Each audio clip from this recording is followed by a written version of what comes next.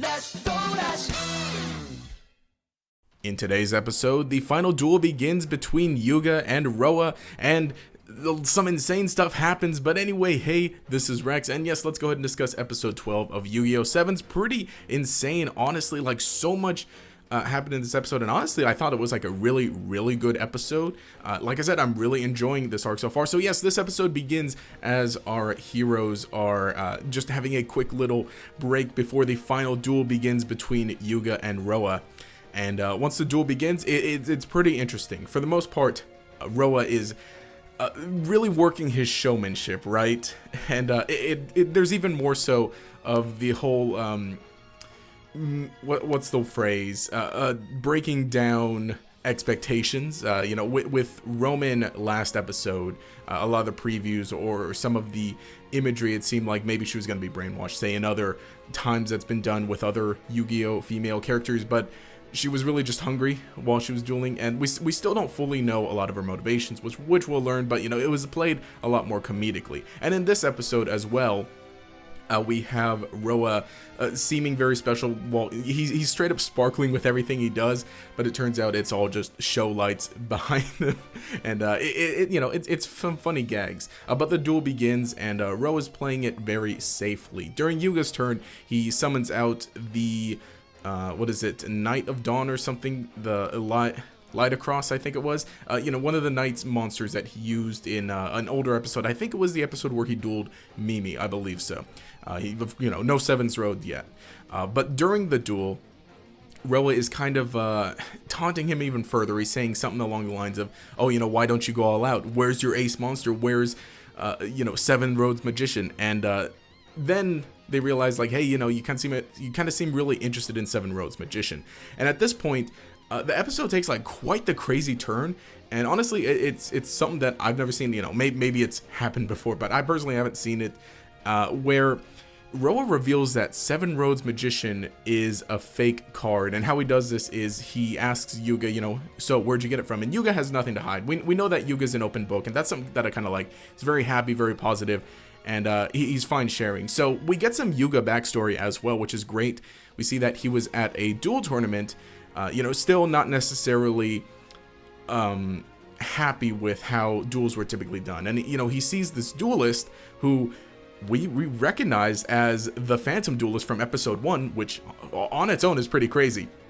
And, the characters address that later, like, hey, doesn't he look like the duelist that Yuga dueled way back when? So this guy enters a tournament, and this guy has Seven Roads Magician, is getting really far in the tournament until he's disqualified, and he gives Seven Roads Magician to Yuga. And the reason he was disqualified was because Seven Roads Magician was a fake card. And so that just spins everything out of whack. Like, I genuinely didn't expect this. I'm like, oh shoot, what now? How do you follow that up? So Yuga has yet to summon Seven Roads Magician, and at this point, best character Mimi steps in, of course, donning her Goha Corporation uniform, and is trying to mitigate the situation, trying to be on Yuga's side, saving things for him, trying to calm everything down. But at the same time, all of the fans watching are just live tweeting basically everything, which we've seen was really powerful in some of the previous episodes where everybody was talking about rush duels and immediately they took off, because it was posted online. And now that Seven Road Magician is revealed to be a fake card, exposed in front of everybody, we see that this is all the trap that Roa set up from the very beginning, because he knew all of this, which is pretty crazy. And again, not only is it that he's gonna end up owning rush duels at the end of this if he wins, which Yuga didn't seem to care much about. He's also exposing Yuga using a fake card and just throwing the whole system out of whack, basically. And like I said, that is an insane twist. So of course, Goha, the Goha representative Mimi, again, best character, brings up. They end up working through some of the rules, and again, interesting to see rules being brought up again, because that kind of is a central theme to Yu-Gi-Oh! 7's, or at least the idea of the plot that, like, Yuga didn't necessarily like how duels were, so he made his own new rules. And, that's something they bring up later. He's not necessarily a person to break rules, and that he respects rules, so he wants to make his own new rules. But again, even though it's a rush duel, it still follows the same rules, especially like with fake cards, especially allegedly fake cards. So they come to the ruling conclusion that until it's proven that it's real, it's a forbidden card. And as long as Yuga doesn't draw the forbidden card, he's still in the duel. So then it becomes a really, really great, interesting duel at this point, because now Yuga will lose if he draws Seven Roads Magician, unless, you know, they can prove it's real. And at the same time, while the duel's going on, all of his friends kind of run off to try to find anything they can, see if anybody else has a copy of this card, which again, you know, is another real interesting concept, because yeah, you know, with Ace Monsters, they're cards, right? It's a card game, so obviously there's got to be multiple copies, and they, you know, for them to be legal in the card game. So, and it like I said, it's so insane, but I love it so much because it's done so well. A really intense duel, really high, not necessarily high stakes, but high intensity, because yeah, if Yuga draws Seven Road Magician, he's gonna lose the duel. All he has to do is try to win the duel without drawing the card. But at the same time, Roa has built ahead for this. You know, Roa's deck is all king monsters, royal based stuff, some pretty interesting things, but also a lot of cards that make his opponent draw cards. Because, you know, they're typical effects like, you know, destroy one monster, but your opponent also draws a card, which would typically be a drawback, but that's his plan, because if Yuga, the more cards Yuga draws, the more likely it's going to be that he draws Seven Roads Magician, the more likely that he loses, and, you know, the sooner he loses, the sooner, you know, he's exposed and everything. And on it, like, I admire Roa so much, you know, as a villain, right? Not necessarily as a person, but for planning all of this ahead, and for having, you know, this plan set and this trap set, and that they sprung it. You know, it's also really great. Oh, we see hand destruction. I want to mention that we see hand destruction brought back, which again, you know, not necessarily a card that's like, you know, your opponent draws a card as a drawback, but to continue cycling things through. And with rush duels particularly too, when you the fact, you know, when your turn starts, you draw until you have 5 cards in hand. That doesn't make it any better, because the inherent rules of rush duel mean that it goes faster, mean that you're more likely to draw basically every card in your deck.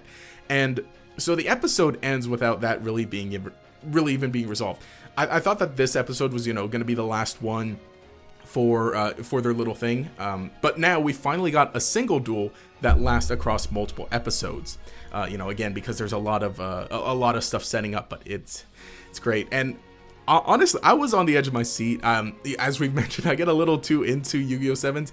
I laugh out loud. It's hilarious. But again, I'm with episodes like this, I'm literally like 100% focused on the edge of my seat. And we get a neat cliffhanger. And again, you know, Yuga's backed into a corner. We typically haven't really seen him like this. You know, most everything just kind of rolls off his back. And he doesn't even seem too upset or too angry at the fact that Seven Road Magician is a fake card, that he's been quote unquote exposed. But the fact that, you know, he's backed into this corner, we see his smile kind of disappear.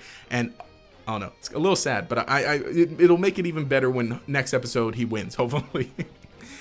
But the cliffhanger ending, it's so intense, because every single card he's drawing is like, okay, no, that's not Seven Road Magician. The final end bit of this episode, he draws 5 cards.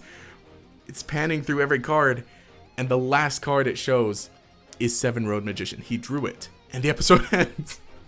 But it's so good, it's so good. So now we're gonna have to wait until next week to see what exactly happens. At this point, I'm banking on one of his friends to come in and say, hey, yeah, we found someone else who has the card, or something along those lines.